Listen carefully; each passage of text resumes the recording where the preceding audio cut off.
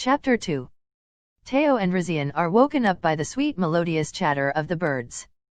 The atmosphere feels serene and full of tranquility, unlike that which they were used to in Nakuru that was rowdy.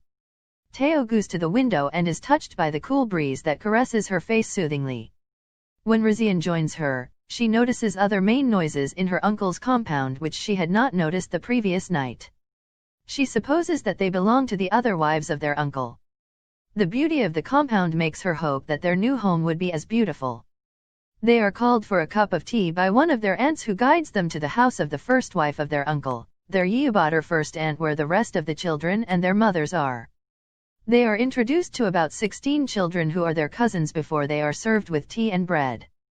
After breakfast, they seek permission from their mother to take a walk around the neighborhood.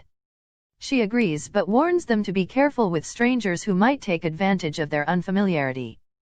The girls laugh about her caution, which they consider as born of the old generation notion that girls are weaklings and not able to decide on what is right.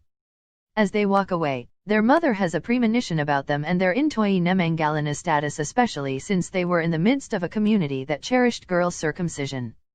As they walk freely, Rizian questions her sister about her view of her uncle's family, which in her view has some hidden rivalry.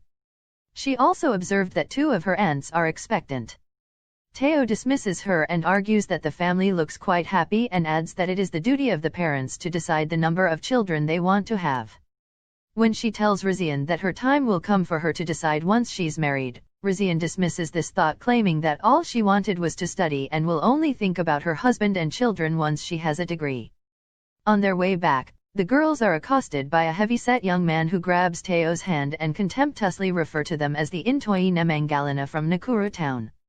With a sour smile, he spat and glared at them, telling them that they will get to know that in this society there is no place for women of their kind. The 2 are terribly shaken by this attack, and Rizian is thankful that the man had no rape intentions, since they would have been helpless. On her side, Teo feels that this intentions could have been worse than rape.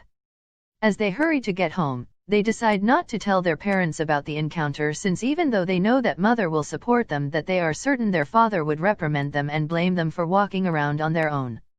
Ole Kalo goes to visit his old friend and mentor Ole Supeo, who questions him about his new business venture and how prepared he is for the same.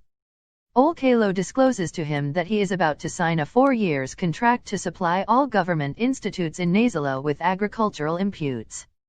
Supeo wonders how he managed to secure the deal, and Ole Kalo reveals to him that it was through the help of Oloisudari. This revelation makes Supeo warn him about Oloisudari, who is known as one of the most corrupt persons who should never be trusted. He warns Ole Kalo not to trust him any further than he would trust a hyena in his homestead. Ultimately, he tells him to keep Oloisudari away from his daughters, since he is worse than a randy he-goat. The Kalos move to their new home in the afternoon. It is a solid, stone-built, red-tiled rooted house. As the mother and daughters scramble for the gate in excitement, Ole Kalo is still disturbed by Ole Supeo's warning against Oloisudari, which he is not sure whether to believe as truth or as related to business rivalry or envy. He now, however, has a feeling that there must be something about Oloisudari was not right.